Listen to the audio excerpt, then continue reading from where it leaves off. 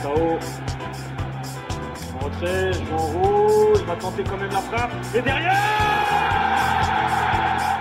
Je vais vous parler des infos pratiques pour la finale de Coupe de France en attendant que Fred le rappelle. Le Stade de France ouvrira ses portes à 17h. Il y aura un lever de rideau en Gambardella entre Clermont et Monaco.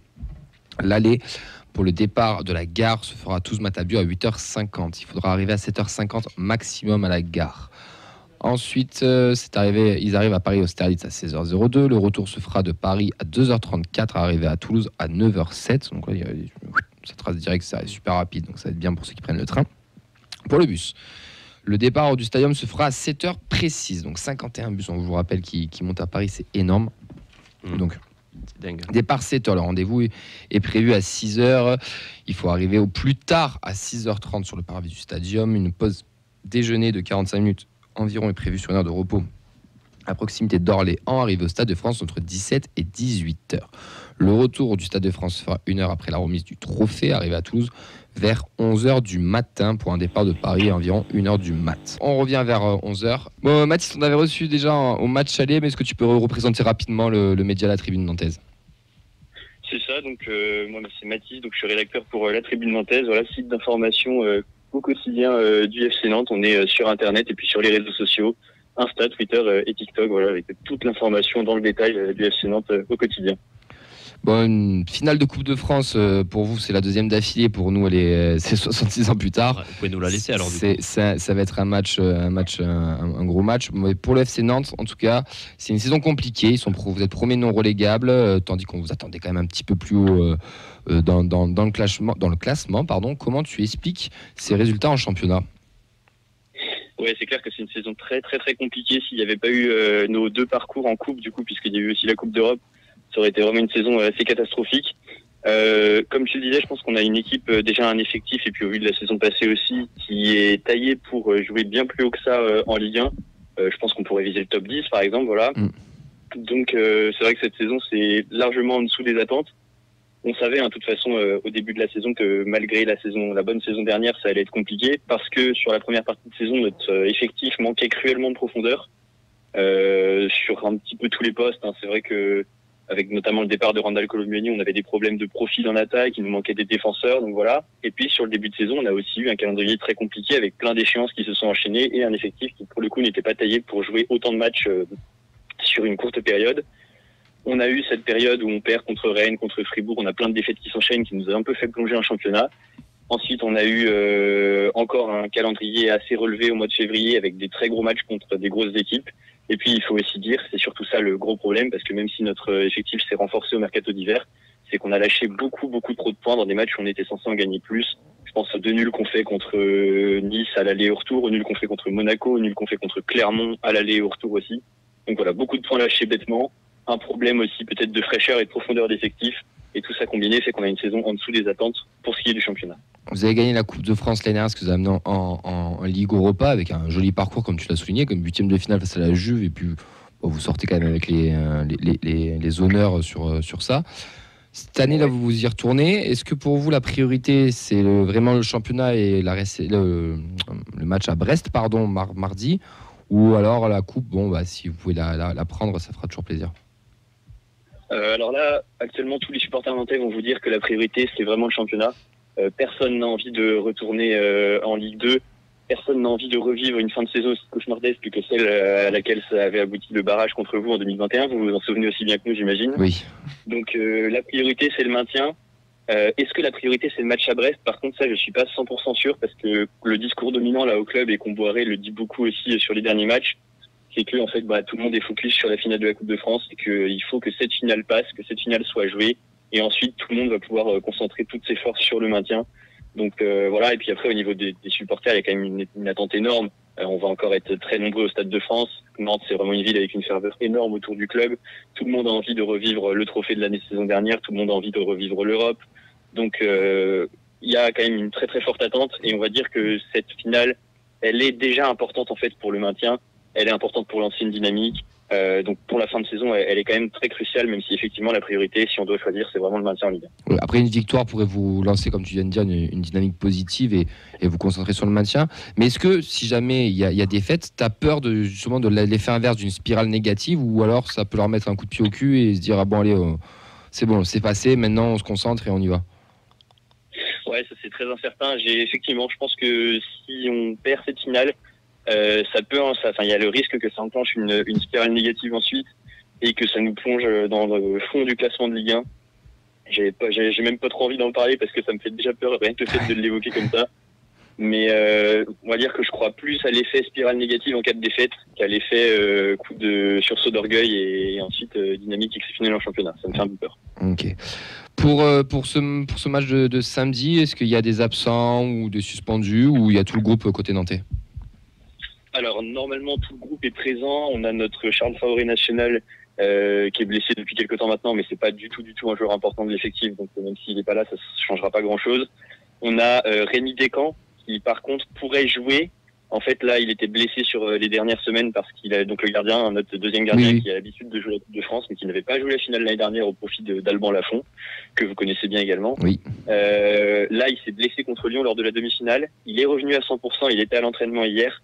Maintenant, si on le fait jouer une finale juste en retour de blessure comme ça c'est peut-être un peu risqué. Et puis il y a toujours ce dilemme de se dire est-ce que vaut pas mieux privilégier la qualité d'Alban Lafont. Donc on va dire que c'est le petit doute en termes de présence dans l'effectif qui subsiste encore. Mais sinon, si Pedro Chirivella aussi j'oubliais, qui avait été très très bon la saison dernière, qui avait fini la saison sur les rotules à cause d'une pubalgie. Là il est fin de saison, il est out, mais sinon voilà, tout le monde est présent. On a Quentin Merlin qui était blessé une bonne partie de la deuxième partie de saison, qui est de retour aussi.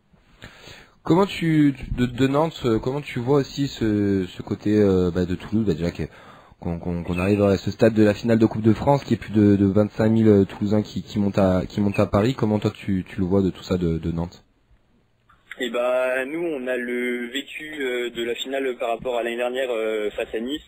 À Nantes, bon c'est peut-être un peu chauvin de dire ça, mais tout le monde se dit qu'on avait complètement éteint les Niçois, et effectivement on était au moins 55 000 Nantais dans le stade. Et là, c'est vrai que dès qu'on a su l'affiche de la finale, on s'est dit attention, les Toulousains, quand il s'agira de la billetterie FFF, quand il s'agira de faire du bruit en ville et dans le stade, attention, les Toulousains, ils seront sûrement plus fervents que les Niçois. Voilà, sans vouloir manquer de respect à nos amis niçois. Oui, bien sûr. Mais en tout cas, on sent qu'il y a une vraie ferveur à Toulouse. On sent que c'est un peu comme Nantes, en fait, une vraie ville de foot avec une vraie ferveur autour de son club, qui est aussi porté, et là par contre contrairement à Nantes, par une belle évolution du club sur les dernières saisons, un beau projet. Donc on pense que ça va être un très beau match dans les tribunes, on sait qu'il y a une vraie ferveur et qu'il va y avoir une très belle ambiance au Stade de France, c'est clair, et on s'attend à un rapport de force un petit peu plus équilibré que l'année passée face à Nice. Après de toute manière, on va être honnête, les Nantais sont plus proches, il y aura peut-être plus de Nantais en tribune que de Toulousains, on n'est pas bête non plus, mais nous, ça fait 66 ans qu'on l'attend, je peux te dire qu'on va se donner à 300 000%. Ouais, bien sûr, j'imagine. Vous êtes un peu dans la situation dans laquelle on était l'année dernière. C'est vrai que c'était cette finale historique que personne n'aurait cru vivre. Et finalement, on y est, et le Stade de France, vous allez voir, c'est un moment magique. Tu y seras présent samedi? Ouais, j'y serai présent là. Ouais, j'ai eu un petit peu de chance d'avoir une place parce que je suis expatrié et donc pas abonné, mais je serai présent, et j'étais présent aussi l'année dernière. Ok, bon, super, putain, c'est magnifique. 2 finales de Coupe de France en 2 ans, ça doit être sympa.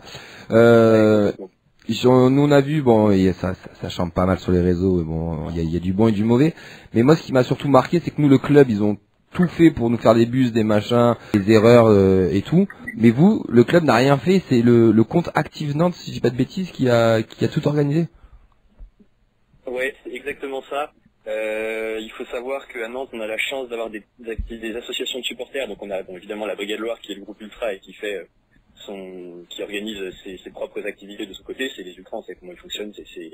Merci déjà pour le travail qu'ils font pour le club. Et par contre, on a l'association Active Nantes Support, donc là qui est une association de supporters peut-être plus familiale, voilà, et qui fait un travail monstrueux pour tous les déplacements en cours de saison. Et là, pour le Stade de France, ils se sont surpassés. On a fait une petite interview d'une de leurs responsables sur Tribune Nantaise. Ils sont à plus de 50 bus, effectivement, rien que pour l'association. C'est eux qui emmènent la majorité des gens de Nantes. Et c'est vrai que le club, bon, peut-être qu'on peut trouver que certains supporters ont été un peu durs avec le club sur les réseaux sociaux notamment. C'est un peu la tendance dans la communauté nantaise parfois, mais en tout cas, le club s'est pas vraiment démené, je pense qu'on peut le dire. ils ont affrété un seul TGV plus cher, là où l'année dernière, il me semble qu'il y avait des bus aussi affrétés par le club, et là, je crois que c'est pas le cas. Donc effectivement, l'organisation du club sur cette finale en termes de déplacement et au niveau de tout faire pour que le Stade de France soit jaune et vert, c'est un peu discutable. C'est quoi les tarifs du coup? À peu près pour comparer à nous? L'aller-retour en TGV est à 153 €, alors que l'année dernière c'était plus proche des 90-100, je crois. Je Nous, veux on pas a dire de bêtises, 100, ouais. j'étais pas dedans, mais je Nous, crois que c'est ça. 160, alors qu'on on est quand même beaucoup plus loin. Ouais. On va passer au prono, alors qu'on a eu une petite panne de vidéos. Sinon, cette émission, ça part en cacahuète totale. Les pronos, messieurs, pour cette finale de Coupe de France entre le Football Club de Nantes et le Toulouse Football Club. Nathan, qu'est-ce que tu pronostiques, sachant qu'Alain Casanova nous a dit 2-1 pour le TFC hier? Ouais. Bon, désolé, Mathis, mais ouais, on va partir sur un... Je vais suivre Alain. Je vais dire un 2-1. Je vais suivre Alain. Mais bon, j'ai envie d'y croire, donc soyons positifs. Allez, Fred. Ouais, moi je vais partir sur une victoire, allez, 3-1. 3-1, ok. Ouais, 3-1 parce que je vais rejoindre un peu ce qu'a dit Mathis, quoi. Moi je pense qu'on est dans leur situation. Nous en fait on a faim et eux peut-être, voilà. Donc eux ils avaient faim l'année dernière, cette année peut-être qu'ils ont moins faim. Donc bon, voilà. Vincent.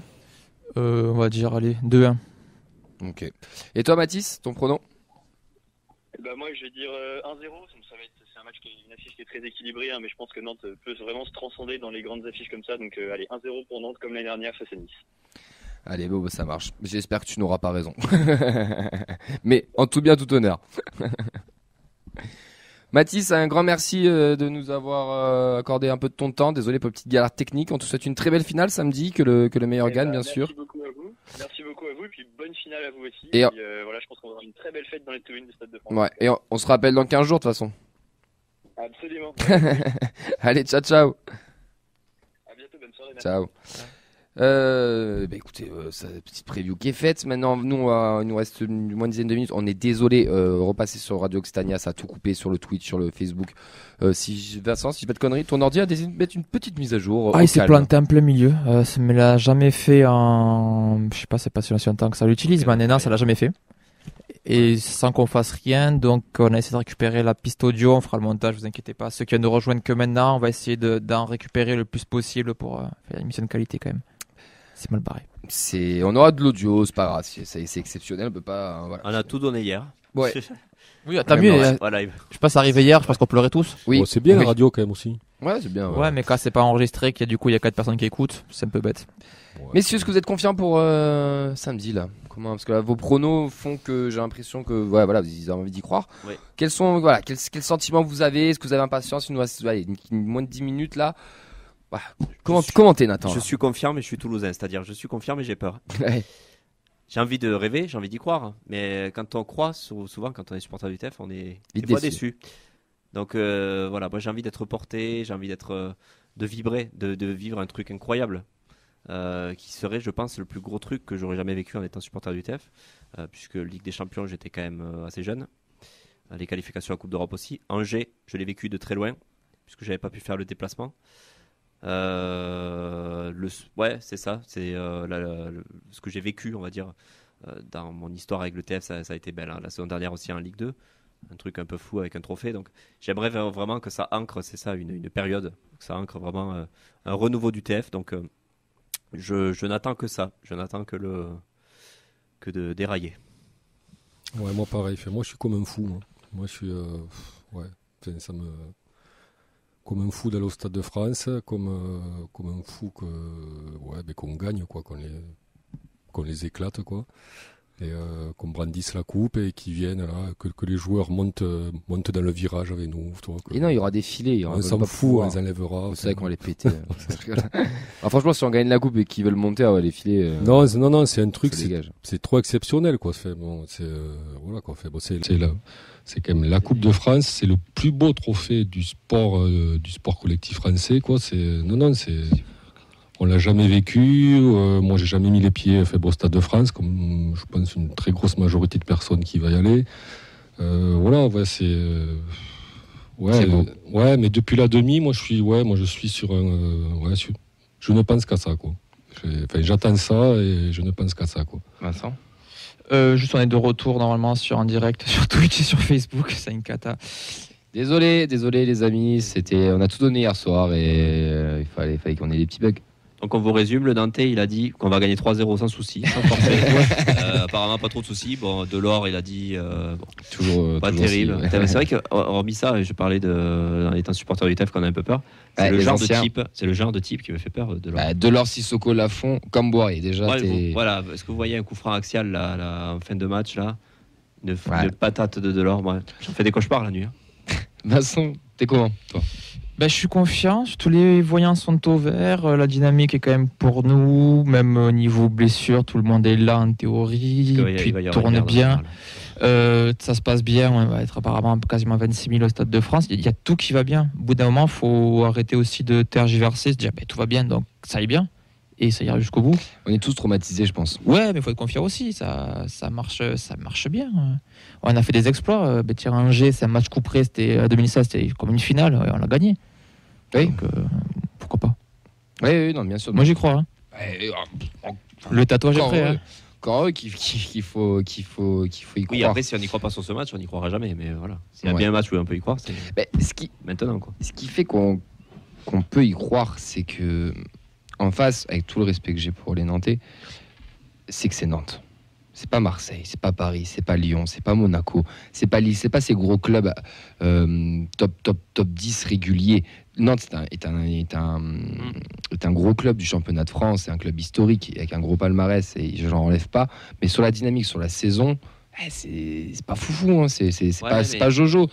Alors, tandis que Équipe nous, de coupe, joueur de coupe aussi, Ouais. entraîneur de coupe, Mais comparé aussi avec mais- le PSG, il en a connu. Oh, c'est des conneries, ça, Nathan. mais, Non, mais quelque part, bah, c'est vraiment ça qui me fait peur, c'est vraiment l'inexpérience du TF et des joueurs dans ces moments-là. mais t'en as de l'expérience. Rasmus là, a gagné la Coupe du Danemark. Dayegereux a fait jouer des matchs de Coupe d'Europe. Oui. Il a joué des finales aussi. Ils en ont de l'expérience. De Zakaria Boukla, il Bien a sûr. fait une demi-finale de Coupe du Monde. Ouais. Ils ont de T'as un effectif l'expérience. nantais qui est quasiment inchangé par rapport à l'an dernier.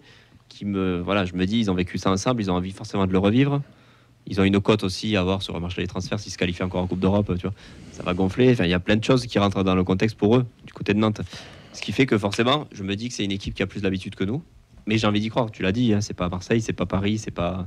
Même Lens, qui était en course. Oui. Je te dis, tu chopes un Lens en finale. Bah, tu montes pour faire la fête, mais tu sais que tu Voilà. vas en prendre une belle. Mais là, voilà, c'est vraiment. Faut espérer, faut y aller. Non, quoi, là, faut y tout est croire. réuni pour qu'on la ramène, quoi. C'est. Et tu vois, le combo Casa-Comoli de hier, je vais être honnête, hein, quand Casa nous raconte que quand on loupe ces saisons là où on joue l'Europe, qu'on se les loupe parce qu'il dit que derrière tu as peut-être une direction qui te pousse pas, qui a pas forcément la dalle, qui te l'impose pas, et du coup tu es un peu tranquille, et t'as Comoli qui passe dans l'after qui dit mais de toute façon là on y monte, mais c'est pour la gagner les gars, on n'y va pas pour faire du tourisme. Mais tu te dis, là, par contre, tu as un mec derrière là, qui a la rage, qui a les dents, qui arrive le parquet, qui a faim de trophée, qui a faim de victoire, et qui va les pousser à, surtout qu'il y a des antécédents, on va pas les cacher, les murs supporters, le mur, Les deux de Nantes s'en souviennent, je pense. c'est ça, il y a aussi le barrage, la main, il y a une histoire, il y a quelque chose, il y a une symbolique dans cette finale. Ouais. Donc, oui, c'est vrai qu'on a envie d'y croire, oui, il faut y croire. On va quand même vivre un truc exceptionnel, on va en finale de Coupe de France, contre une équipe contre qui on peut potentiellement gagner. Maintenant, il faudra voir le match. Moi, ce que j'attends de mes joueurs, ce que j'attends du staff, c'est que ne trichons pas, ne déjouons pas. Soyons le tout football club. Produisons du jeu. Ouais, joue. Lâchons les chevaux, allons les chercher haut, allons les presser, continuons d'attaquer, quitte à prendre des buts. S'il y a 3-2, j'en ai rien à branler. Si on est une équipe qui prend beaucoup de buts, on est une équipe qui marque beaucoup de buts aussi. Il faut le vivre sûrement. Voilà. À fond. Jouons à fond sans regret. Et ne déjouons pas, ne faisons pas une Annecy où on a un petit peu déjoué. Bon, le match faisait que le terrain, les joueurs, bon, bref. La Ça- cour, hein. mais jouons. Le stade de France a l'air bien entretenu. Hein. Il n'y aura pas de Ouais. pierre sous l'herbe, t'inquiète pas. Jouons parce qu'on a envie d'y croire, on a envie de rêver, on a envie de pleurer. De toute façon, on va pleurer, quoi qu'il arrive, je pense. Et lacrymo. Non, ça j'espère pas. Ah. Par contre, c'est bon, on a bouffé assez déjà en manif et ici. Si on Les, pouvait en bouffer là-bas, ça les serait- sifflets pour le président, ça t'émeut? Alors lui, ouais, je pense qu'il va. Ouais, Il va kiffer, ça va être l'homme du match. Ça va être l'homme du match. Tu pourras pleurer dans le noir. On pourra pleurer dans le noir. Voilà.